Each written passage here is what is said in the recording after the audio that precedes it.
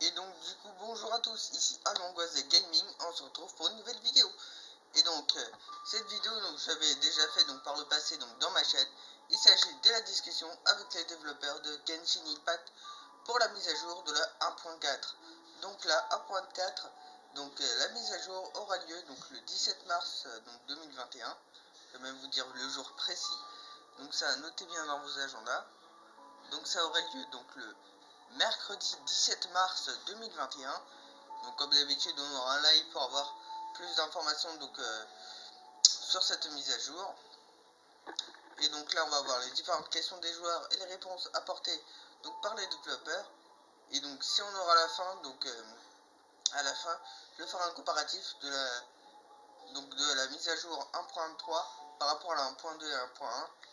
Et je vais essayer de prédire ce qui serait bien dans le jeu pour les autres événements donc de la mise à jour donc 1.4. Et donc on perd pas plus de temps et on y va.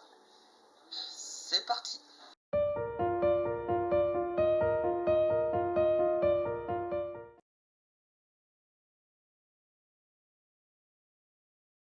Sachant que j'ai oublié de dire donc dans l'intro, donc c'est que donc les caractéristiques et la description tout à haut, je vous ferai une vidéo demain. Et donc sur le forum de Genshin Impact, donc je vous mettrai le lien dans la description. Il y a également la même fonctionnalité donc Duel Links, des récompenses donc quotidiennes. Donc à chaque fois que vous connectez, vous obtiendrez des récompenses. Et donc la première question que nous avons. Ah bon, je suis désolé, je suis obligé de vous le mettre comme ça. Alors donc la quantité maximum de résine condensée va-t-il que l'on peut garder va-t-elle être augmentée? Donc elle sera augmentée donc dans la résine 1.4. Donc la quantité condensée, donc c'est ce qui vous permet d'économiser au maximum donc vos résines. La question 2, j'ai de la résine condensée dans mon inventaire, mais une notification qui me dit que je n'en ai pas assez chaque fois que je vais entrer dans le donjon. Ah, c'est vrai que c'est un cliquinant. Et donc les notifications, donc elles ont été optionnées, donc on obtient plus de donc on obtiendra plus ce message. La question 3. Quelle est la limite du niveau d'aventure? Donc actuellement c'est le niveau d'aventure 60. Et après, donc dans la version 1.4, l'XP d'aventure que vous obtiendrez après ce niveau 60 sera converti au Mora. Donc c'est très très bien.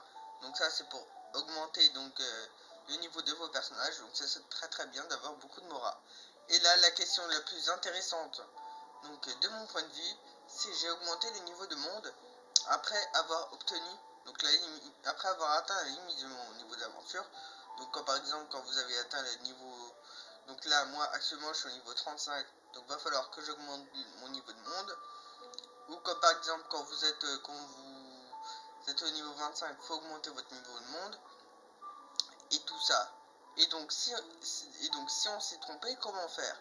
Et donc en fait c'est qu'il y a une nouvelle solution, c'est qu'il y aura un nouveau système donc qui sera apporté à la version 1.4. Ensuite la question 5, serait-il possible que vous améliorez le renforcement des armes? J'ai passé 20 minutes à monter mon arme au level 40 et donc dans la prochaine version donc nous devons améliorer le processus pour une meilleure expérience de jeu, donc en augmentant le niveau de case. La question 6, donc on ne peut pas utiliser le table de synthèse en mode multijoueur, c'est pas très pratique. Donc moi je n'ai pas encore obtenu en mode multijoueur, faut que je termine d'abord les quêtes voyage à Tokyo, parce que enfin, niveau 16 il est malin ce jeu.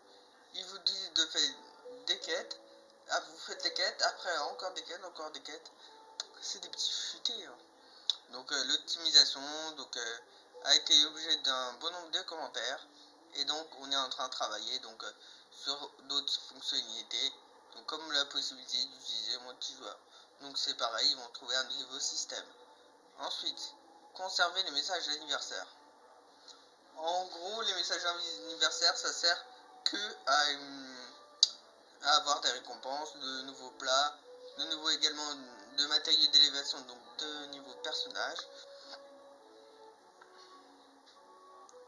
Et donc du coup il y aura encore un nouveau système. La question 8, un bouton pour relancer les défis dans les profondeurs spiralées. Donc moi avec les profondeurs spiralées, je dois avoir la constellation de 2 avec Xiangling. Et donc du coup, si vous avez pas débloqué Xiangling, c'est un bon moyen pour la débloquer. Donc les constellations, je répète encore ce que c'est ce qui permet d'avoir des capacités supplémentaires à vos personnages. Et donc du coup, des défis, ils obtiendront une amélioration à partir de la mise à jour 1.4. En plus, je crois qu'à partir de la mise à jour 1.2, il y a également une amélioration, puisqu'il y a des niveaux spécifiques, donc par rapport à au froid et à des systèmes qui permettent de vous réchauffer. Alors, tac tac tac, question 9, localiser plus rapidement, donc il y aura de niveau fonctionnalité. Alors, question 10, une fois son déchaînement élémentaire actif, Xiao peut-il générer des particules élémentaires? Ça c'est bien pour moi, pour bien me faire rager maintenant. Parce que Genshin Impact, ils m'ont bien fait rager, hein. Quand j'ai pas eu Xiao chaque jour que je voulais invoquer. Et bah oui, elle demande des petites vidéos de Xiao, des petites vidéos de Xiao. Ah, ils m'ont bien fait rager avec ce perso. Bon, là pour l'instant, j'essaie d'économiser mes primos, mes pierres et tout ça pour le prochain personnage. Sachant que ce soir, je ferai l'essentiel adopté. Ah oui, avec Utao, vous avez une nouvelle quête d'histoire, qui est accessible à partir du niveau 40. Donc, après avoir utilisé Fléau du Mal, en utilisant le cycle du vent l'élastique, Xiao il n'aura plus de particules élémentaires tant qu'il aura son masque de Yaksha. Cependant, les particules sont générées le reste du temps, donc cette situation elle est comme Razor. Ah oui, comme Razor, donc il a de petites particules. Genre par particules, griffe et tonnerre quand son détachement élémentaire est actif. Donc du coup voilà, donc du coup moi mon avis de la 1.3, je trouve que la 1.3 c'est un petit peu mauvais, ils sont un petit peu détériorés par rapport à 1.2, puisque moi donc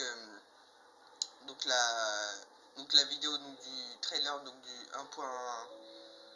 1.4, j'aurais pas le temps de la regarder, donc et comparé aux autres vidéos du trailer, donc moi je l'ai regardé dans mon petit lycée là, dans ma petite école, et sachant que la vidéo donc de la 1.2 et donc en fait